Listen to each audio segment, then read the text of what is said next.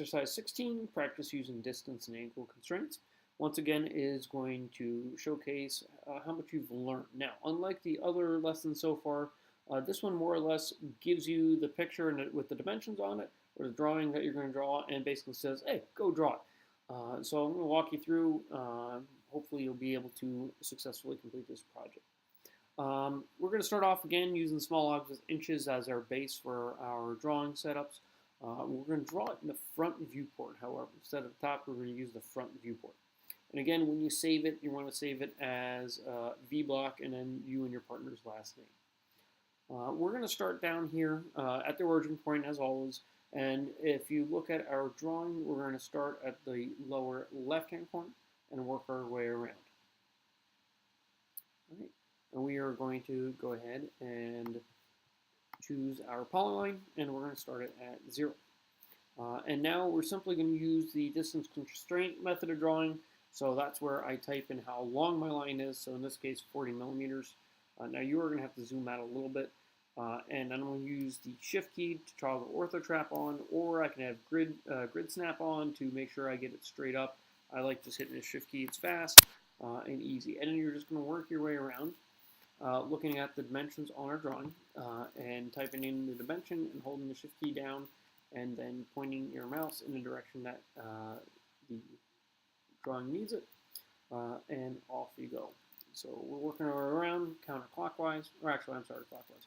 And if you do make a mistake, don't panic, don't hit escape, don't hit enter. What you want to do is you want to hit U and on the keyboard and hit the enter key, and it undoes just the last point.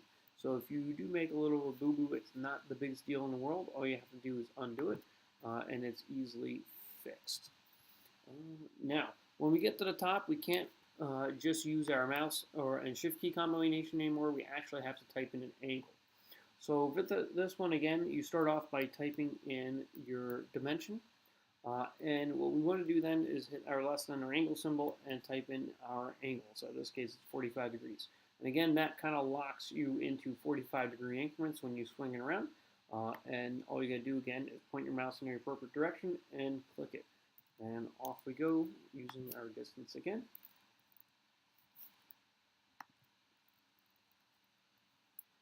When you get over to the right-hand side, it is a mirror drawing. So you could stop halfway here and mirror the whole thing.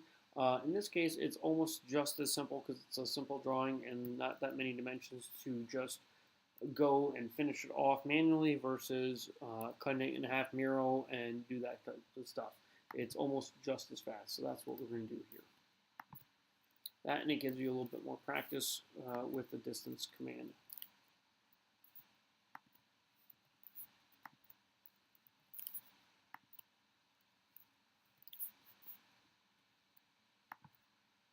Now, down at the bottom, again, if their dimension is not on one side that you're looking for, look across the other side. Again, it's a mirrored image, and you'll be able to figure out what it is.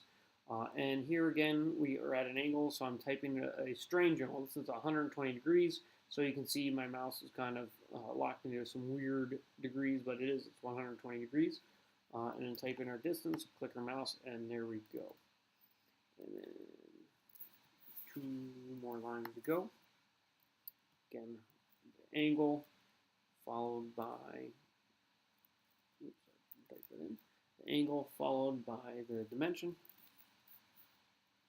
Click our mouse. Now, what happens if you click off? Like that was unintended because I'm using a trackpad, not an actual mouse.